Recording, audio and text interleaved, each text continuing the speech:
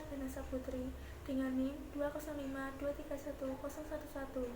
Di sini saya akan menjelaskan Perjanjian Giyanti dan terbelahnya Jawa. Perjanjian Giyanti merupakan suatu peristiwa besar di masa silam. Perjanjian ini lahir sebagai sebuah kesepakatan segitiga politik antar Pakubuwana III, Pangeran Mangkubumi, dan Perserikatan Perusahaan India Belanda atau VOC pada tanggal 13 Februari 1755. Nama Giyanti sendiri diambil dari lokasi penandatanganan perjanjian yakni di desa Yanti. Dan sejarah tertulis, ia terbaca sebagai Giyanti. Tempat tersebut sekarang dikenal dengan Kukuh Kerten, Jantiharjo, Karanganyar, Jawa Tengah. Di masa silam, Perjanjian Giyanti ini dibuat dalam rangka meredam api konflik yang telah terjadi berlarut-larut. Pasca perpindahan Keraton Kartasura ke Surakarta, api dari peristiwa Geger Pecina ternyata belum mati tepat di sumbunya. Ketika itu, Mangkubumi yang membantu Pakubuwana II dalam meredakan api konflik mendapatkan hadiah berupa sebidang tanah dari Pakubuwana II. Namun luas tanah yang diberikan rupanya menimbulkan kecemburuan. Salah seorang pangeran lalu mengeluhkan ketidakadilan terkait hadiah tersebut kepada Gubernur Jenderal Baron van Imhoff. Sang Gubernur Jenderal di Batavia itu pun lantas mengeluarkan keputusan yang membuat tanah tersebut tidak jadi dimiliki oleh Mangkubumi. Perlawanan ini mendorong Gubernur VOC untuk Jawa Utara, Nicholas Harting, mengambil sikap untuk menyelamatkan dari era operasional secara tertutup. Harting mengeluarkan perundingannya dengan Pangeran Mangkubumi. Setelah berkali-kali melakukan perundingan, Harting bersepakat dengan keinginan Pangeran Mangkubumi yang juga hendak menjadi penguasa di tanah Jawa pada tanggal 23 September 1754.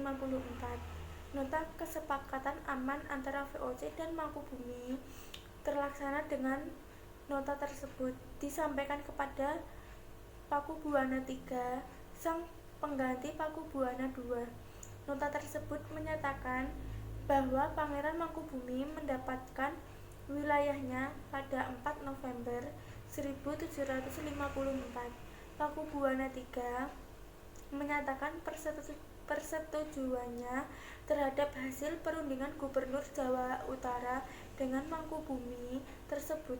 Surat pernyataan itu disampaikan oleh Pakubuwana III kepada Gubernur Jenderal VOC Jacob Mosel. Kesepakatan ini mendorong terjadinya sebuah perjanjian besar yang ditandatangani desa Giyanti beberapa kilometer di sebelah timur Surakarta. Penandatanganan perjanjian Giyanti ini menjadi pangkat dari terbelahnya Jawa menjadi dua bagian yang dikenal dengan istilah Palihan Nagari.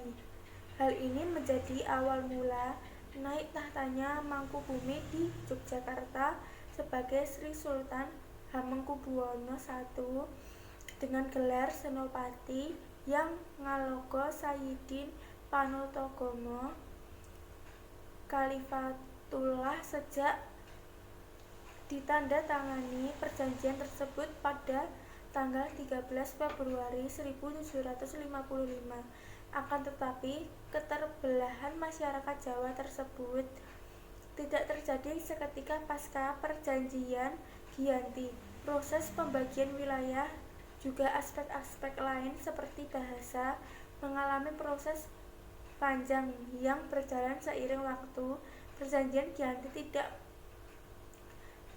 menerima pembagian wilayah pada gilirannya, menimbulkan rentetan-rentetan peristiwa. Sementara itu, pasca perjanjian Giyanti, Raden Mas Said atau Pangeran Sambernyawa yang dahulu membantu Mangkubumi masih terus melakukan pemberangkatan seperti halnya Pangeran Sambernyawa yang juga merupakan Trah Pakubuwana, turut menuntut nyawa yang juga merupakan Trah Pakubuwana menuntut hak sebagai penguasa wilayah.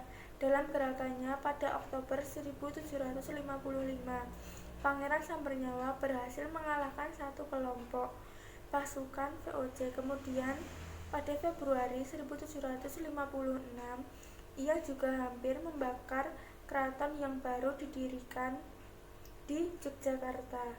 Setelah perang bertahun-tahun, VOC akhirnya menyudahinya dengan penandatanganannya Perjanjian Salatiga pada tahun 1757. Perjanjian ini membuat tanah Jawa kembali terbagi. Pada perjanjian ini disepakati bahwa Pangeran Sambernyawa dengan wilayah kekuasaan yang dikenal sebagai Kadipaten Mangkunegaran, Pangeran Sambernyawa pun berjatah tahta dengan gelar Kanjeng Gusti Pangeran Adipati Arya Mangkunegara Lelono Jayamisesa Senopati ing Alaga Satriya Rong Ataram ing Nagari Surakarta Adiningrat. Keterbelahan Jawa ini kemudian hari belum berhenti. Pada tahun 1813, di masa Gubernur Jenderal Thomas Stamford Raffles dari Kerajaan Inggris, Kesultanan Yogyakarta juga terbelahnya dengan lahirnya Pakualaman. Dengan demikian, tanah Jawa memiliki 4 wilayah pemerintahan. Masing-masing pun ada perbedaan model. Hal ini mengantarkan Jawa pada rupa yang beragam, dinamika politik yang digerakkan oleh angin revolusi pada masa pertengahan pada tahun 1940-an membuat masing-masing mengalami nasib yang berbeda-beda. Hal ini berujung pada perbedaan status hingga hari ini. Di masa Republik Indonesia, Kasunanan Surakarta dan Kadipaten Mangkunegaran menjadi situs cagar budaya, sementara wilayah Yogyakarta yang di dalamnya terdapat Pakualaman menjadi daerah istimewa. Demikian dari saya, semoga bermanfaat. Terima kasih. Wassalamualaikum warahmatullahi wabarakatuh.